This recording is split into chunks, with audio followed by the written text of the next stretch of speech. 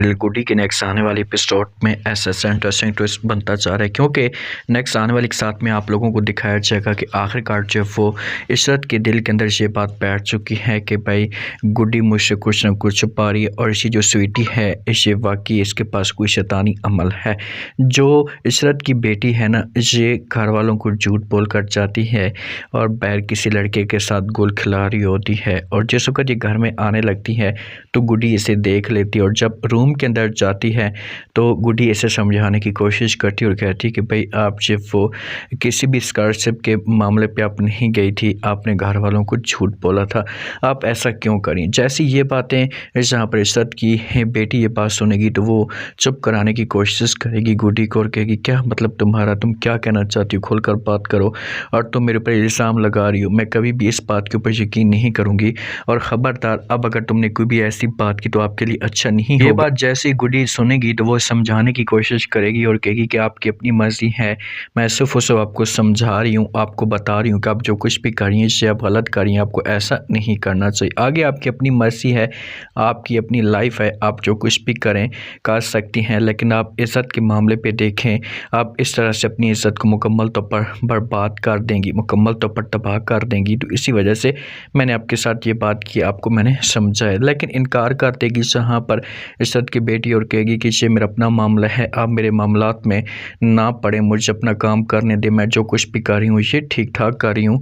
आप इस तरह बीच में ना बोले। तो जहाँ से फिर गुडी चुप हो जाएगी और इसे अपने हाल पे छोड़ देगी, लेकिन ये जो होगी से फिर गुडी के ख़िलाफ़ खड़ी हो जाएगी और किसी भी तरह से जो वो गुडी को इस घर से निकालने की कोशिश करेगी और इसे गुडी को बार बार जलील करने की कोशिश करेगी। जब से गुडी ने और एक सेब का घर छोड़ा है तो उसके बाद जो वो और एक सेब की खुशियाँ मुकम्मल तौर पर तबाह हो चुकी हैं। इसको बिज़नेस में लॉस होना शुरू हो जाता है, किसी भी काम को हाथ लगाता है तो उस काम के अंदर इसे सिर्फ और सिर्फ नुकसान ही होता है। और एक सेब इस मामले पे बड़ा परेशान होता है कि आखिरकार वो करे तो करे क्या। इसे बैठ जाता है अपनी बेगम शाजी के साथ और उसके साथ ये बात शेयर करता है और कहता है कि जब से गुड्डी यहाँ से गई है ना तो सिर्फ और सिर्फ मुझे नुकसान ही हो रहा है, किसी किस्म का कोई भी जो वो प्रॉफिट नहीं हो रहा और ऐसा लगता है कि इस घर से मुकम्मल तौर पर रिस्क भी ख़त्म हो चुका है। ये बातें जब इशरत सुनती है यहाँ पर सासिया तो ये और एक ज़ेब को समझाने की कोशिश करेगी और कहेगी क्या मतलब तुम्हारा, तुम क्या कहना चाहते हो। तो आगे से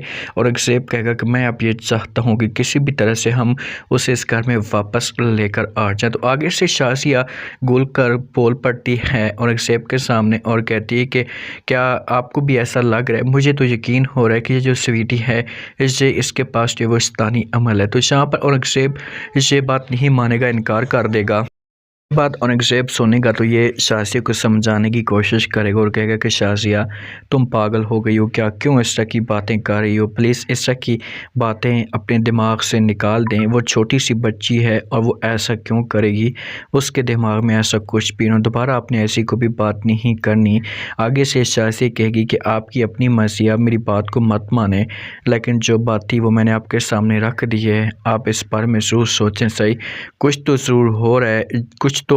जो है वो गड़बड़ है। जो जिस दिन से गुडी यहाँ से गई है तो मामलात हमारे ख़राब होना शुरू हो चुके हैं। लेकिन औरंगज़ेब इसकी बातों के ऊपर यकीन नहीं करेगा और वो डिसाइड करेगा कि किसी भी तरह से वो इस घर में लेकर आएगा गुडी को। जो इशरत है ना, जब से शाज़ी ने ये सब कुछ बोला है तो उसके बाद जो इसके दिमाग के अंदर ये बात बैठ जाती है तो इशरत आती है गुडी के रूम में, जिस वक़्त गुडी रूम के अंदर मौजूद नहीं होती। इसके रूम में जब आती है आकर जो वो देखना शुरू कर देती है, जब स्वीटी को देखती है, स्वीटी बेड पे पड़ी होती है, उसे उठा लेती है, उसके साथ बात करती है और कहती है कि आखिरकार इस छोटी सी बेजान चीज़ के अंदर है क्या जो इशरत इस तरह की बातें करती है कि भाई ये शैतानी अमल है, मुझे तो इस पे बिल्कुल भी ऐसा यकीन नहीं हो रहा और ना कोई ऐसा लग रहा है। तो ये बातें जब यहाँ पर स्वीटी सुनती तो स्वीटी तो चुप होती है, लेकिन इशरत इसके साथ बातें करके यहाँ से जाने लगती है और जिस वक्त जाने लगती कमरे से बैठ जाने लगती है के दरवाजे के करीब से पहुंचती है तो अचानक जो वो स्वीटी